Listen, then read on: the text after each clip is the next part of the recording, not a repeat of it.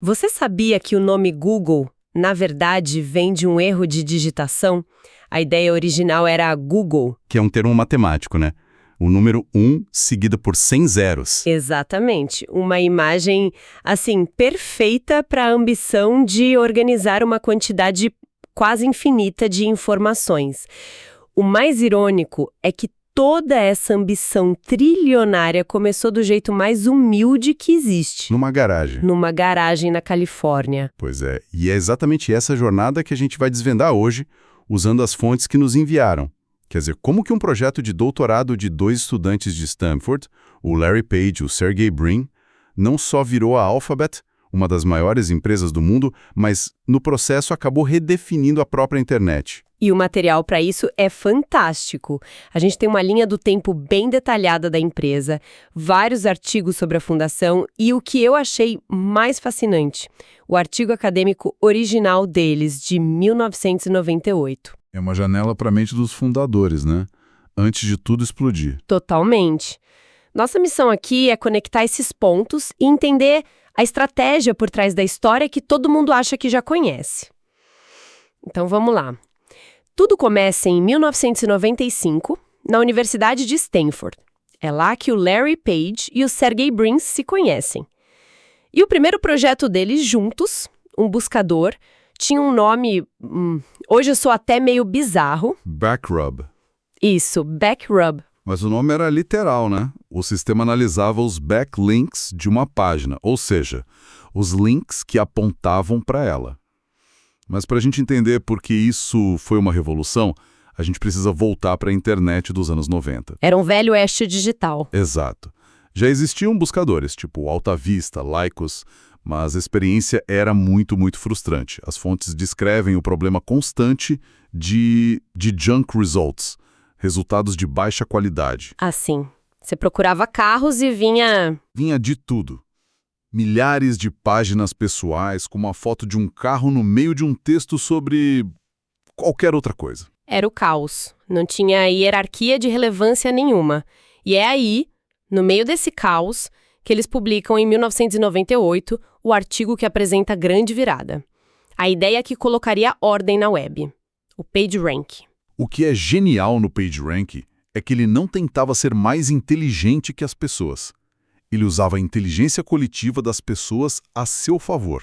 Como assim? Então, a lógica dos outros buscadores era tipo, essa página menciona carros 50 vezes, então deve ser importante. A lógica do PageRank era completamente diferente. Era, milhares de outras pessoas, criadas por pessoas, decidiram linkar para esta página. A confiança delas é que a torna importante. Nossa, é brilhante. Eles basicamente hackearam o conceito de reputação do mundo real e aplicaram ao mundo digital. De confiança e um voto de uma página importante, sei lá, uma universidade, um portal de notícias. Valia muito mais. Muito mais. O artigo original descreve isso com uma analogia que até hoje é perfeita. A do surfista aleatório.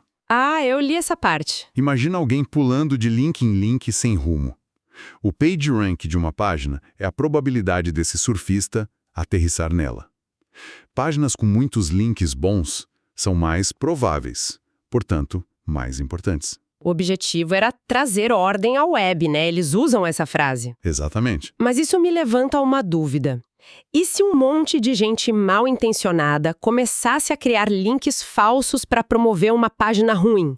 Ou se todos os links só dissessem clique aqui?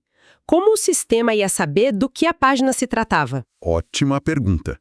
E é aí que entra a segunda parte da genialidade deles, o tal do texto âncora. O texto clicável. Isso. Eles perceberam que o texto que as pessoas usam para criar um link, aquele trecho azul, sabe? É uma descrição muito precisa do destino.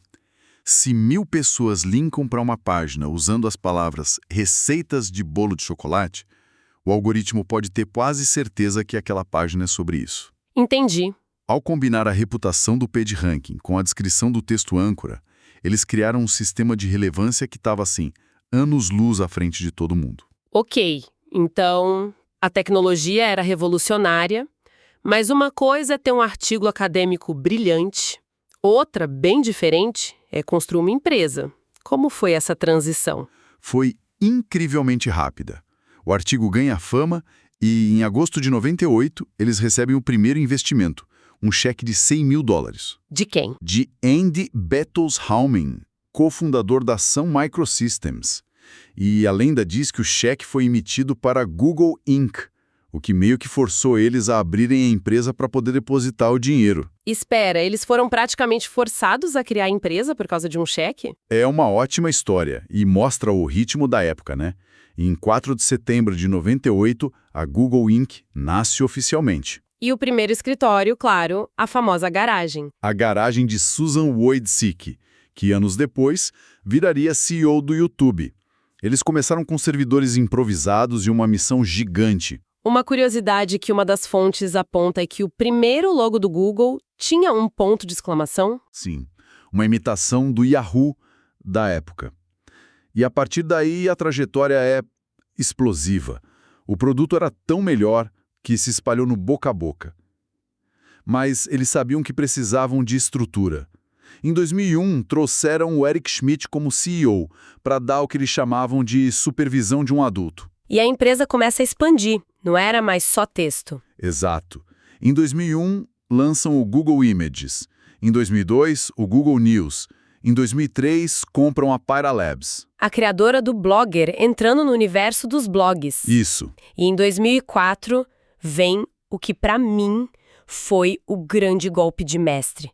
Eu lembro disso perfeitamente. Dia 1º de abril, eles anunciam o Gmail, com 1 gigabyte de espaço. Na época, os concorrentes davam o quê? 2, 4 megabytes? Exato. Era tão absurdo que todo mundo achou que era uma piada de 1º de abril. Ninguém acreditou. E essa jogada mostra a mentalidade deles, né? Era um salto de 100 vezes em relação à concorrência.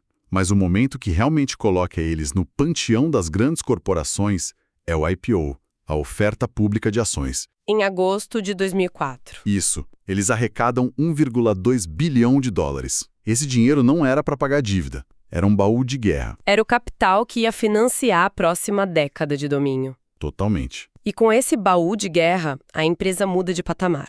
Deixa de ser uma empresa de busca para se tornar o Google que a gente conhece. A lista de lançamentos dessa época é impressionante. Google Maps e Earth em 2005. Compra do YouTube em 2006. Android em 2007. Chrome em 2008. E olhando essa lista, é fácil pensar que eram só movimentos oportunistas, sabe? Comprando o que estava na moda, mas as fontes deixam claro que tinha uma estratégia muito profunda por trás. Eles estavam construindo um ecossistema. Dominar os pontos de acesso da vida digital. Perfeito. Onde você vai, com o Maps. O que você assiste, com o YouTube. Qual sistema seu celular usa? Android. E como você acessa a internet? O Chrome. E tinha aquela sacada genial para guiar essa estratégia. O famoso teste da escova de dentes do Larry Page. Exato. O teste era a pergunta que ele fazia antes de aprovar um projeto grande. A pergunta não era só esse produto é legal. Era, isso vai virar um hábito diário? Algo que as pessoas usam 1 ou 2 vezes por dia? Quase um reflexo? Como escovar os dentes. Nossa, isso muda tudo. Muda. Porque eles não estavam comprando tecnologia, eles estavam comprando rotinas. E quem é dono das rotinas é dono dos dados, da atenção e do futuro da publicidade. Exatamente. Eles não compraram um site de vídeos, compraram o hábito mundial de assistir a vídeos online. E não lançaram um sistema operacional. Eles garantiram que o Google seria o ponto de partida em bilhões de bolsos. Ok, então eles já dominavam a busca, os vídeos, os mapas, os celulares. Parecia que não tinha mais para onde crescer. E aí, em 2015, eles fazem um movimento que ninguém esperava. Que, no fundo, era uma forma de admitir que a marca Google tinha ficado pequena demais para eles, né? Perfeitamente colocado. Em 2015, eles criam a Alphabet, uma holding para abrigar tudo. Foi uma decisão estratégica para resolver 2 problemas. Primeiro, dar clareza para o mercado financeiro, para Wall Street. Separar o que dava lucro do que era aposta. Isso. Os investidores queriam ver o desempenho do negócio principal, busca, anúncios, YouTube, sem a distração dos projetos malucos e caríssimos. E segundo, e mais importante, era para liberar a imaginação dos fundadores. Como assim liberar a imaginação? Separou o Google, que virou a máquina de fazer dinheiro, agora com Sundar Pichai como CEO, e das chamadas outras apostas. Coisas como a Calico, que pesquisa longevidade. E a Waymo, de carros autônomos. Exato. Page e Brin assumiram a Alphabet, virando, na prática, investidores de futuro. Era um recado para o mundo. O Google resolveu a informação. Agora, com a Alphabet, vamos tentar resolver problemas maiores. Transporte, saúde, até a morte. E até nessa reestruturação tem um detalhe curioso. Eles não conseguiram o domínio alphabet.com. Pois é, já era da BMW. Tiveram que se contentar com abc.xyz. Uma pequena ironia para o gigante da internet não conseguiu o endereço que queria. Uma pequena pedra no sapato. Mas essa estrutura solidificou o império. De um lado, uma máquina de lucro. Do outro, um laboratório de futuros possíveis. Só que, como a história sempre mostra, quando um império fica tão grande, o mundo ao redor começa a reagir. Aquela imagem da startup genial na garagem some, e no lugar surge a de um gigante na mira dos reguladores. A conta do sucesso começou a chegar. E chegou pesada. Muito. Olhando os fatos que as fontes trazem de forma imparcial, a União Europeia foi a primeira a agir com força. Eles têm uma visão regulatória que é, historicamente, mais cética com o monopólio de tecnologia. E a cronologia é impressionante. Vamos passar por ela. Em 2017, multa de 2,7 bilhões de dólares. O motivo? A acusação era que o Google manipulava seus resultados de busca para favorecer o próprio serviço de compras, o Google Shopping. Prejudicando os concorrentes. Exato. Aí, um ano depois, 2018, a multa foi ainda maior, 5 bilhões de dólares. E dessa vez o alvo foi o Android. Qual era a alegação? A Comissão Europeia argumentou que o Google usava a dominância do Android para forçar fabricantes de celular a pré-instalar o Chrome e a busca do Google. Sufocando a concorrência. No nascedouro. E em 2019, mais um 1,7 bilhão, desta vez por práticas consideradas abusivas no mercado de publicidade online, o AdSense. Puxa, basicamente 3 multas gigantescas em 3 anos. Atacando os 3 pilares: busca, mobile e anúncios. E a pressão não ficou só na Europa, né? Em 2020, o próprio Departamento de Justiça dos Estados Unidos abre um processo antitruste monumental contra eles. Exato. E esse processo nos Estados Unidos vai direto ao coração do poder do Google. A alegação central é que a empresa usa acordos de exclusividade. Como pagar bilhões à Apple para ser o buscador padrão no iPhone. Isso, para manter ilegalmente seu monopólio nas buscas e na publicidade, bloqueando qualquer rival em potencial. Para dar uma dimensão disso, uma das fontes aponta que, na época, a participação de mercado do Google em buscas era de 88%. É um domínio quase absoluto. Quase absoluto. E é aí que o debate fica complexo, sabe? Ninguém nega que o Google chegou aí, em grande parte, criando produtos excelentes que as pessoas amam usar. A questão que esses processos colocam é em que ponto o tamanho se transforma numa barreira anticompetitiva. O domínio deles hoje é fruto de inovação ou de um poder de mercado que impede que a próxima grande inovação sequer apareça? É uma pergunta fundamental, né? É a pergunta central para o futuro da empresa e da própria economia digital. Recapitulando, então, a jornada é simplesmente inacreditável, começa com uma ideia brilhante num artigo acadêmico para resolver o problema de resultados inúteis. Vira uma startup de garagem. Evolui para um ecossistema de produtos tão integrado na nossa vida que a gente nem percebe. E, finalmente, se torna um colosso tão poderoso que agora enfrenta o peso do seu próprio sucesso. Exato. A história do Google é, em muitos aspectos, a história da internet moderna. As inovações deles não só mudaram como a gente encontra informação, mas o tamanho e a influência deles agora nos forçam a fazer perguntas essenciais sobre o poder, sobre concorrência e sobre que tipo de ambiente digital a gente quer construir. A startup que queria organizar a informação acabou organizando as nossas vidas. E agora a sociedade está tentando entender as regras desse novo mundo que eles ajudaram a criar. E para fechar, eu quero deixar uma reflexão final. Algo que me marcou muito ao ler o artigo original deles.